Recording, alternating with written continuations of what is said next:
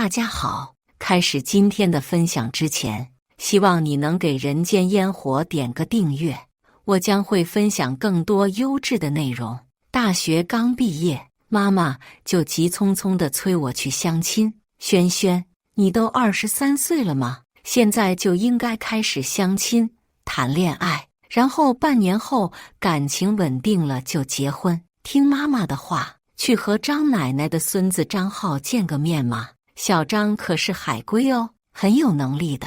妈妈越说越激动，我几乎能感受到她唾沫星子飞溅到我的脸上。看她那副热切的样子，仿佛促成这门亲事能让她得到什么好处似的。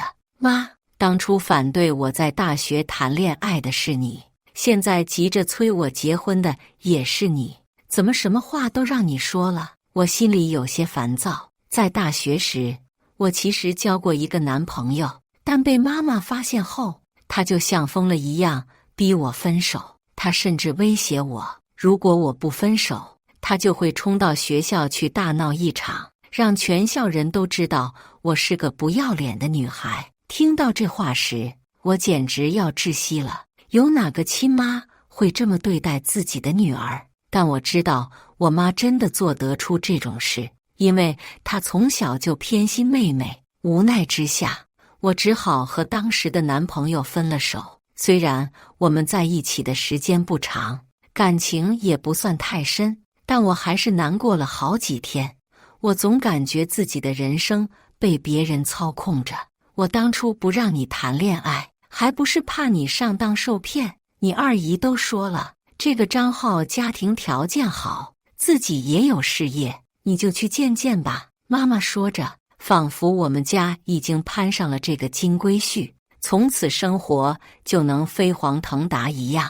我只觉得她的想法太天真了。一听到是二姨给我介绍的男人，我就知道这肯定不是什么好男人。如果真的有那么好，他会不留给自己的女儿，反而便宜我？绝对不可能。我想，大概是因为我从小就比我表妹优秀漂亮，所以二姨一直看我不顺眼。小时候，每当我放下头发，二姨就会唠叨，说我小小年纪就学着勾引男人。刚上大学时，我稍微打扮得时尚了些，暑假穿了一件吊带裙回家，她竟然造谣说我在外面当小三，还说我穿成这样是为了勾引老男人。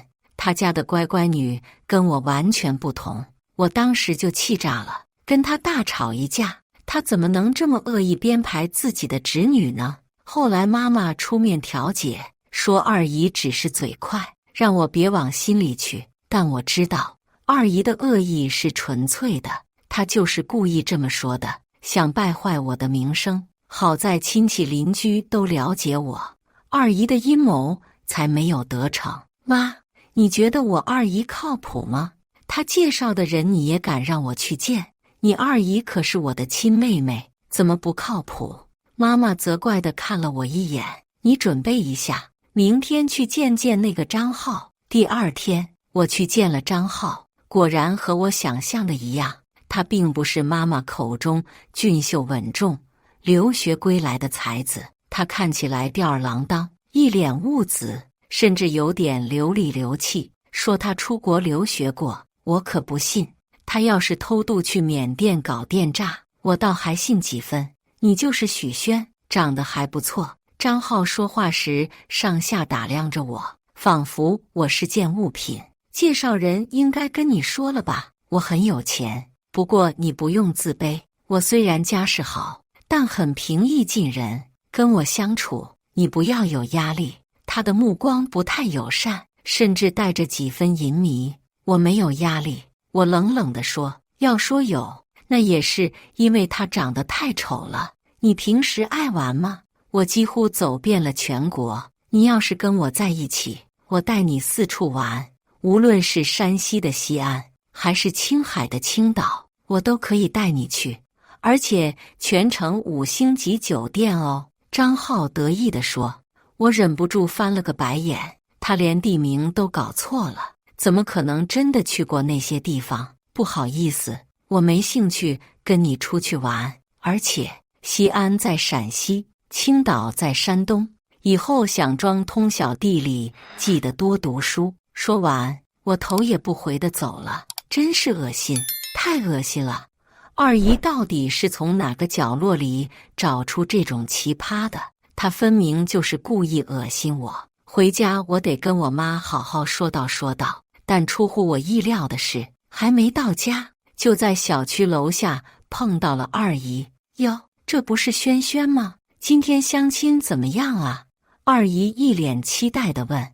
张浩那小伙子是不是长得很精神，人也很优秀？你不用太感谢二姨，以后成了富太太，每个月给二姨点零花钱就行。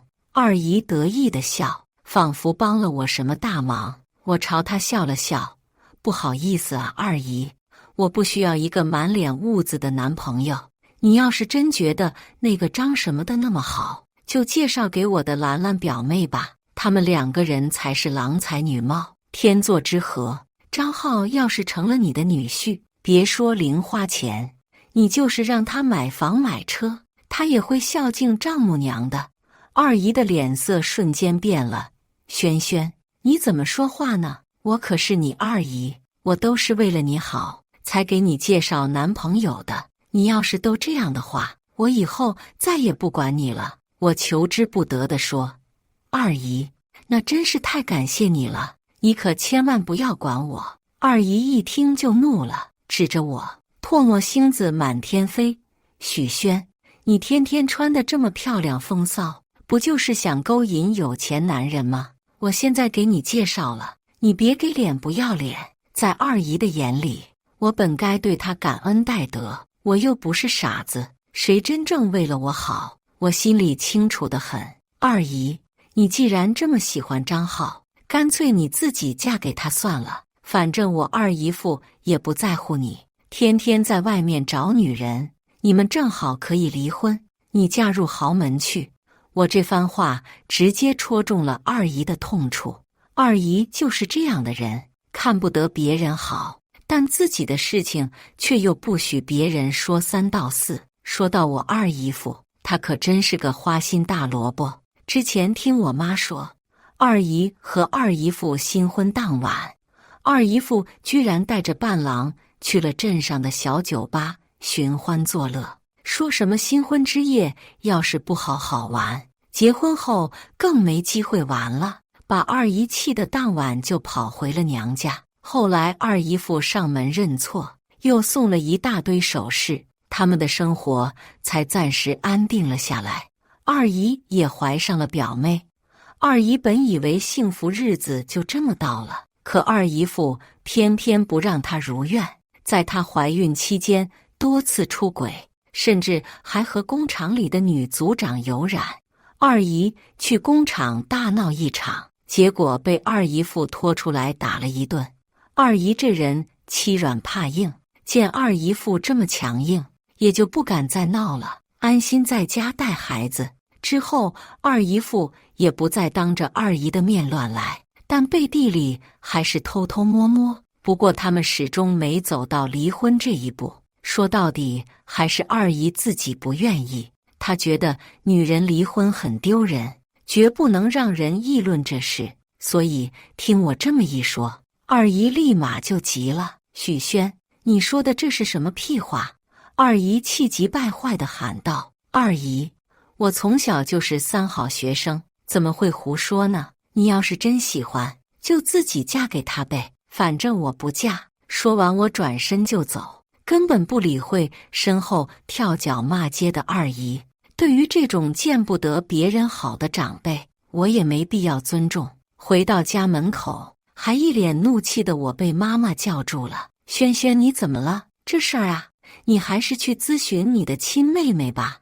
我现在一看见我妈就觉得心烦，如果她不是那么盲目的信任二姨，我也不会碰到那么让人反胃的人。轩轩，你说话注意点态度。正当妈妈想要训斥我时，二姨恰巧迈进家门，她尖锐的嗓门尤为刺耳。姐，不是我说你，你这女儿怎么教育的？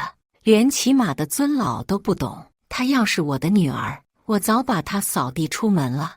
我在房间里听得一清二楚，但我并不打算出去与她争执。二姨嚷嚷了半天，见我不露面，最后只能气呼呼地离开了。甚至当我妈做了一桌海鲜，想留她吃饭时，她都气哼哼地说吃不下。这对于一个平时爱贪小便宜的人来说，确实有些反常。接下来的几天异常平静，二姨没再来我家，我还以为她终于放弃了给我介绍对象的念头。但出乎我意料的是，二姨又来了。她脸上堆着笑，皱纹挤得像朵盛开的菊花。轩轩啊，二姨又给你物色了一个新的相亲对象。这个人不仅家境殷实，而且为人稳重，特别会照顾人。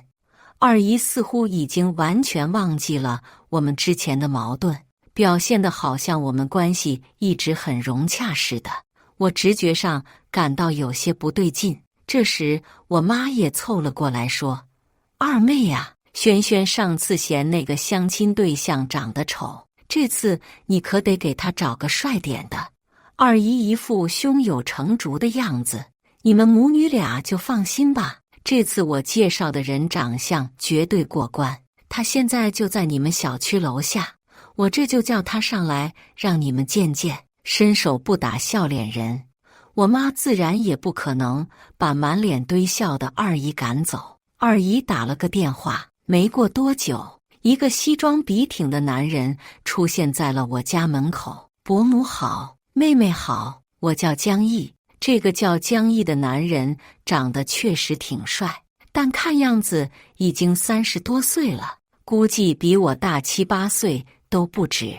他言谈举止都很有礼貌，看起来并不像是奇怪的人。然而我仍然疑惑，二姨为何会把他介绍给我？正当我思索时，妈妈已经显得非常满意了。小江啊，快请坐，我这就去给你们准备点水果。妈妈热情地招待着，我也只好顺应形势，与江毅聊了起来。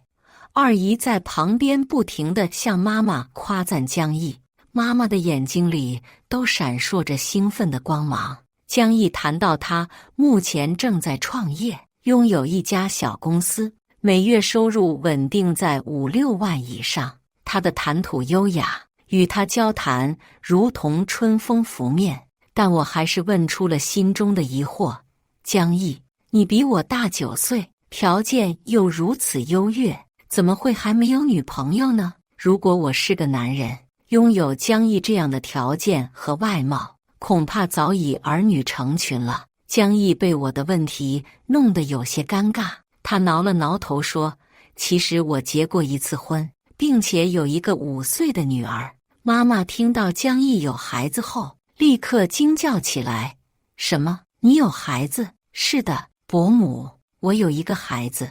但我是真心想和轩轩在一起的，您放心，我一定会对他好的。”江毅诚恳地说。听到江毅这么说，我并未感到意外，反而觉得这在情理之中。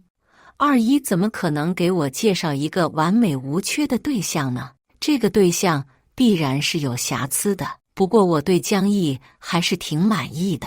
妈妈考虑到江毅的条件，也压下了心中的不满，让我和江毅先相处看看。好吧，我们相处试试看吧。我表示同意。江毅说他的女儿非常可爱，我一定会喜欢她的。如果我们相处不来，可以把孩子交给他妈妈带。江毅确实很细心将到，他不仅每天带我品尝各种美食，还送来了源源不断的礼物。妈妈最欣赏的是，江毅每次给我买礼物时，都不忘给他也带一份的体贴入微。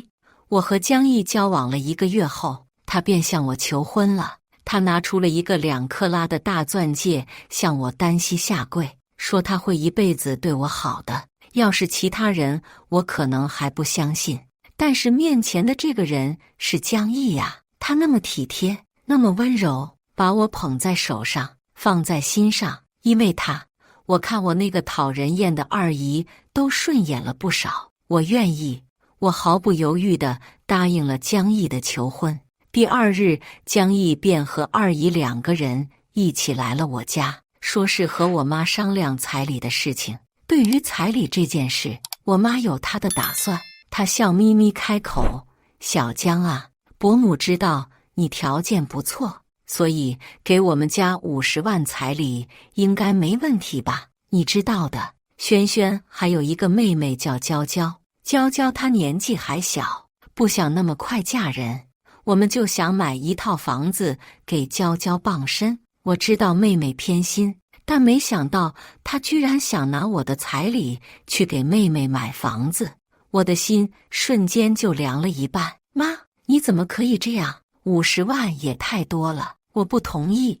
而且彩礼也是给我的，绝对不可能拿给你去替娇娇买房子。妈妈看我反对的激烈模样，恶狠狠地瞪了我一眼。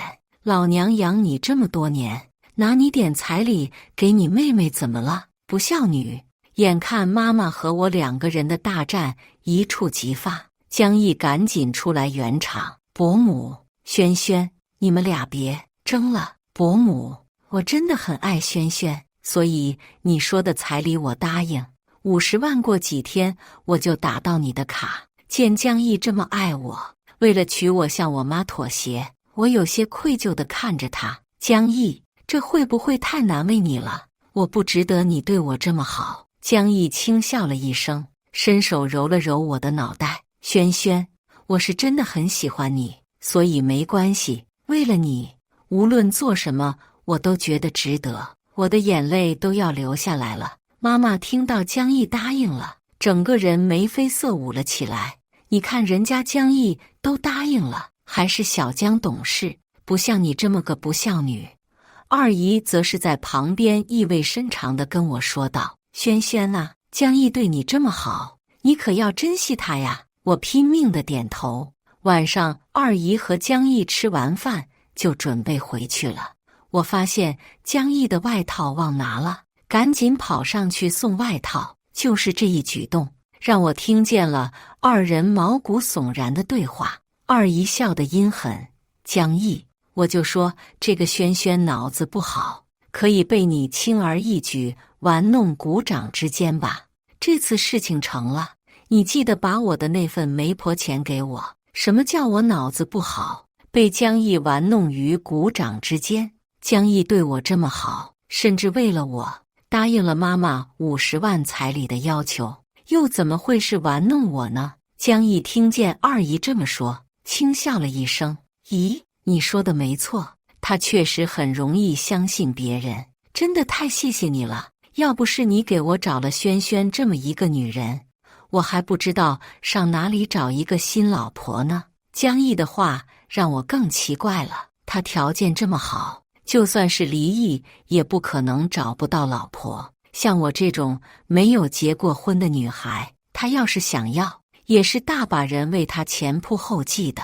到底是什么原因让他找不到老婆呢？二姨的下一句话就为我答疑解惑了：“事情交给你张姨你就放心吧，你到时候就跟轩轩结婚，等生米煮成熟饭，生了孩子之后，他就算发现你喜欢男人，也不敢跟你离婚了。何况我那个姐姐现在要收你50万的彩礼，收了这个钱，许轩那个丫头就算想离婚，他妈都不会同意的。”我震惊地长大了嘴巴：“什么？江毅这个所谓的完美恋人，居然喜欢男人？难怪为什么我们在一起1个月，他甚至不抱我一下。难怪我一直觉得他什么都好，只是有时候言行举止有点女气。”二姨居然故意给我介绍了一个 gay， 我狠狠握紧了拳头。这时候江毅轻笑出声：“张姨，你说的对，这次我必须要让许轩成为我的妻子。现在外面已经有不少女人知道我对男性的喜好，她们可不愿成为同妻。再这样下去，我的女儿将无人照料，我父母也无法享受含饴弄孙之乐。等我与许轩完婚后，假如他首胎就能生个儿子，我必定给你送上一份厚礼。这个令人作呕的同性恋，不仅企图骗婚，还想利用我为他传宗接代。我脸上的表情几乎可以用狰狞来形容。不过张姨，你也了解，我对女人并无兴趣，所以在亲密接触时，可能会对她造成一些伤害。许宣毕竟是你的侄女，如果我不慎伤了她，你和她妈妈会不会因此责怪我？要知道，我前妻就是因为发现我是同性恋，并且受不了我在床上的粗暴对待，才决然与我离婚的。江毅不仅是个骗婚的同性恋，还是个从心底里厌恶女性的变态。他的前妻就是因为他长期的虐待，加上发现他的性取向，才宁愿放弃女儿也要离婚。如果我嫁给了江毅，我的下场只会和他一样，不，可能会更悲惨。因为我妈妈收了江毅的50万彩礼，这几乎等于把我卖给了江毅。如果我想离婚，妈妈恐怕会是第一个站出来反对的人，我的人生将会陷入无尽的黑暗。我绝不会让自己沦落到那种地步。幸运的是，当我感觉到不对劲时，就已经打开了手机录音功能。现在我有了证据，我绝不会放过这个骗婚的同性恋，这个渣男。我更不可能与这种人结婚。我放好手机，猛地冲向江毅，狠狠地扇了他一巴掌，然后将他的外套扔到他头上，又打了几下。渣男，你这个骗婚的同性恋，我这辈子都不可能和你在一起，你给我滚出去！江毅被我突如其来的举动打懵了，他慌忙把头上的外套拽下，试图向我解释：轩轩，你听我说，你是不是误会了什么？江毅这个人一向善于伪装，他以为我什么都没听到，可惜他打错了算盘。我不仅听得一清二楚，还录了音。你还有什么好解释的？是你性虐待前妻，还是你不只想骗我成为同妻，更想让我当你女儿的免费保姆，成为你们家的生育工具？我告诉你，门都没有。如果骗婚是犯法的，我现在就立刻报警，非得把这个渣男江毅送进监狱不可。江毅见我已然洞悉一切，立刻向二姨投去求救的目光。二姨马上高声辩解道：许宣，江毅就算有点特殊爱好又怎么了？到时候你妈收了那50万，你不还是得嫁给他？再说了，你做什么工作能轻松赚到50万？我告诉你，就算江毅喜欢男人，你嫁给他也算是你赚到了。我之前就知道二姨为人不善，但没想到她会恶劣到这种地步。为了钱，她竟然不惜把自己的侄女往火坑里推。我还以为她最近有所改变，真是大错特错。古人诚不欺我，江山易改，本性难移。我赚到了。我轻蔑地笑出声来，眼里满是不屑。我只觉得恶心。你要是觉得这么划算，你怎么不离婚，跟这个男人过？反正你才40多岁，还能生孩子不是吗？说不定你还能生个儿子，继承他们江家的皇位呢。我冷冷地笑着，继续说道：你要是不愿意，我表妹也可以呀，你让她嫁给江毅算了，我看他们才是天造地设的一对。二姨顿时被我激怒：许宣，你说的这是什么话？你怎么可以这样跟长辈说话？你眼里还有没有我这个二姨？她想跟我谈亲情的时候就像个流氓，我戳中她痛处了，她又开始跟我摆长辈的谱了。我只会对值得尊敬的长辈好好说话，现在我面前可没有什么长辈，只有一个人面兽心的畜生。哦，不是2个。我说话毫不留情，既然已经撕破了脸，我也就不在乎他怎么想了。许宣，你信不信我现在就去你家找你妈告状？你看你妈是信我，还是信你这个不听话的女儿？二姨的话简直就是在威胁我。不过，自从我妈想用我的彩礼钱给妹妹买房子开始，我就已经不再对我们之间的母女亲情抱有任何期待了。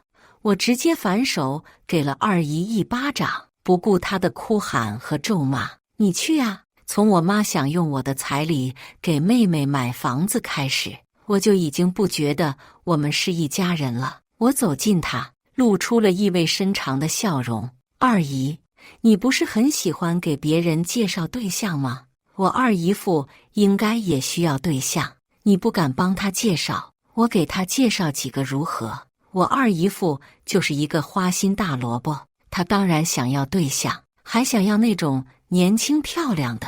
而我二姨最害怕的事情，就是我二姨夫真的找到了一个年轻漂亮的女人，而不要她。别看他现在张牙舞爪的，还想把我嫁给一个骗婚的 gay， 但她本质上是一个非常害怕丈夫抛弃的传统女人。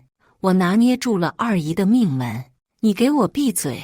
二姨看着我似笑非笑的样子，生气到不行。这小区人来人往都是人，她总不能和我真的打起来。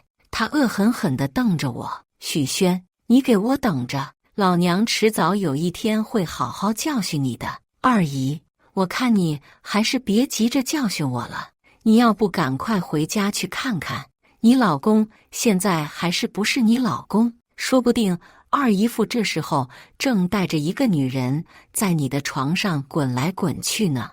我自然是在胡说八道，但这些话如同在二姨的心上狠狠扎了一根刺，她恨不得直接扇我一巴掌，但最后她还是选择回去看看她那个花心大萝卜的老公到底有没有往家里带女人。看着他急匆匆离去的背影，我忍不住笑出了声。二姨，你走快点啊，你走这么慢，小三都要跑了，说不定还要拿走你抽屉里面的大金链子了。果然，二姨听见我的话之后愤怒无比，越走越快。二姨走了，江毅还在我旁边，他还想狡辩。轩轩，你能不能听我解释？啪！他还没有说完，我的巴掌就打到了他脸上。给我滚！和你这种恶心的人多说一句话，我都想吐。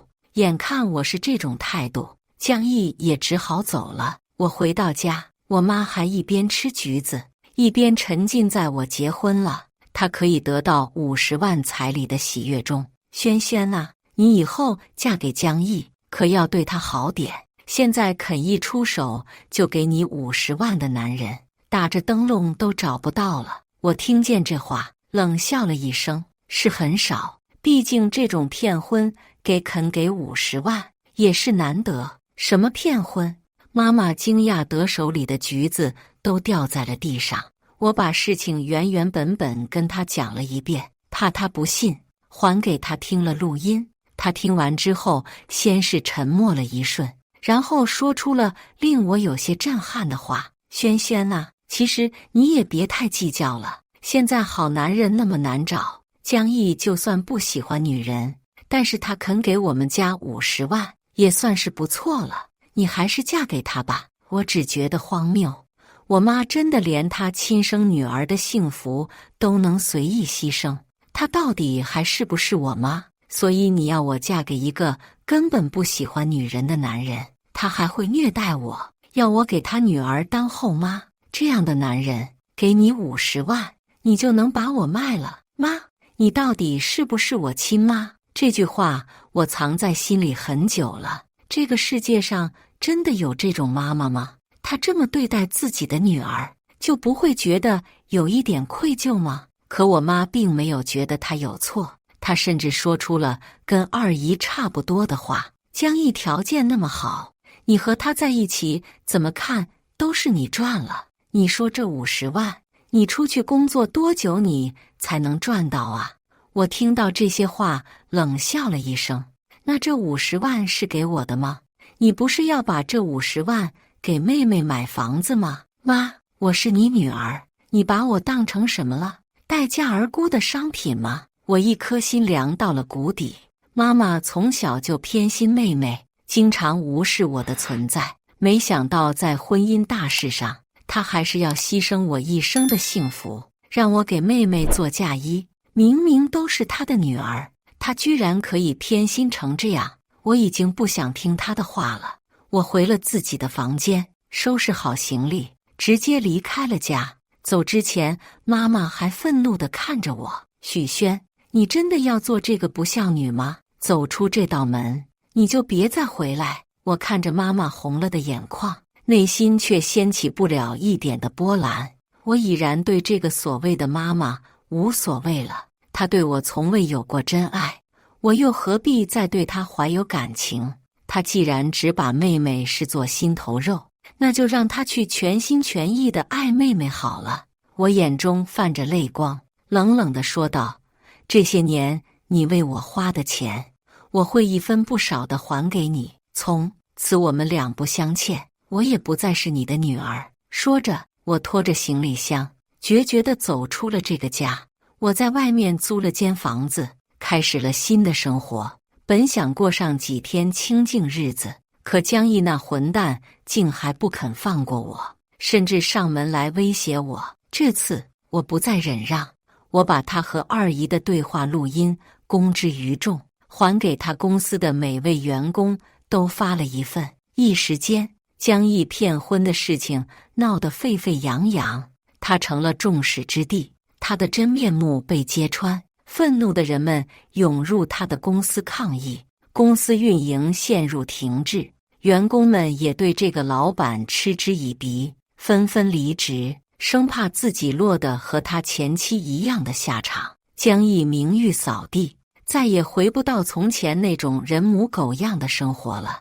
二姨得知此事后，特意打来电话斥责我做事太绝，不给别人留余地，还警告我要小心江毅的报复。其实江毅根本不敢来找我麻烦，反倒是二姨自己被他多次骚扰，这才打电话给我。我只对二姨说了一句话：“二姨呀，二姨，你还是多担心你自己吧。你这话是什么意思？”二姨的语气明显有些慌乱，看来她已经知道我和我妈断绝了母女关系，再加上江毅的事情，她应该也清楚了我不是个好惹的角色。我轻蔑地笑了笑：“什么意思？我当然是想给我的好姨父找个新欢啊，总不能让她一直陪着你这个连侄女都害的老女人吧？”其实我并没有真的给二姨父找女人，只是二姨父本身就是个风流成性的人，再加上他开着个小厂，不少女人都对他虎视眈眈。我早就听闻厂里新来了个25岁的小姑娘，清纯靓丽，极擅长在厂里与男人僵旋，甚至连组长都拜倒在她的石榴裙下。这样的小姑娘志向绝非寻常，若能扳倒二姨，跻身成为厂长夫人，一个小小的组长又岂能满足她的胃口？再加上这段时间二姨忙于为我物色对象，期待我的人生走向低谷，因此疏忽了老公身边的这些小姑娘，结果导致了后院起火。我听说那个小姑娘每日都会在工厂等待二姨父的到来，而二姨父本就是个好色之徒，如今有个温婉可人的姑娘日日引诱他，且老婆又不大管束，于是当晚两人便滚到了一张床上。这小姑娘不仅容貌出众，性格也温婉柔顺，二姨父没多久便沉溺于温柔乡中，几乎快要将家中的老婆忘得一干二净了。当我将这个消息告知二姨后，她果然勃然大怒，发来一连串辱骂我的信息，但我直接将她拉入了黑名单。她大概是气急败坏了吧，竟然怂恿我妈打电话来斥责我：“许萱，你怎么能这么做？你知不知道你二姨是我亲妹妹？你怎么可以找人去勾引你二姨父呢？”我真是无言以对，这跟我有什么关系？那个小姑娘又不是我安排的。妈妈以一副仇人的口吻责骂我：许宣，我可以原谅你之前对我这个亲生母亲的不敬，但你对二姨的所作所为实在太过分了。你二姨只是不小心给你介绍了一个不喜欢女人的对象，你怎么能这样报复她呢？你这样做，良心不会受到谴责吗？赶紧回去向你二姨道歉，这样我就对你之前的行为既往不咎了。真是荒谬至极，他根本不了解事情的真相，就把所有责任都推到我身上。我什么都没做，是他一直想方设法给我设陷阱，现在连自己的老公都管不住，还好意思来责怪我。我冷笑一声，我不需要你的宽容和原谅，我根本不想再回到那个家。我说了要和你断绝母女关系，还有你说的什么良心不会痛，什么只是介绍一个性取向有问题的对象，你觉得你妹妹的这些所作所为真的一点都不过分吗？她可是想毁了我的一生啊！我挂断了电话，心中充满了决绝。这个家我再也不会回去了，从此以后我要为自己而活，不再被任何人操控我的人生。日子一天天过去，我开始了全新的生活。我努力工作，不断提升自己，渐渐的，我在职场上崭露头角。与此同时，我也结识了一些真正的朋友，他们给予我支持和鼓励，让我感受到了前所未有的温暖。而江毅那边，由于我的曝光，他的公司彻底垮了。他试图通过各种方式联系我，求我放过他，但我都没有理会。他为自己的所作所为付出了代价，这是他应有的惩罚。至于二姨，她因为老公的背叛而陷入了痛苦之中。我听说她整日以泪洗面，甚至开始怀疑自己的人生，但这一切都与我无关了。我已经走出了那个充满恶意和算计的家，开始了自己的新生活。我知道未来还有很长的路要走，但我已经做好了准备，去迎接属于我自己的幸福和成功。以上就是今天分享的故事，大家有什么想说的、想吐槽的，欢迎在下方评论交流，也更希望能给人间烟火点个订阅，我将会分享更多优质的故事内容。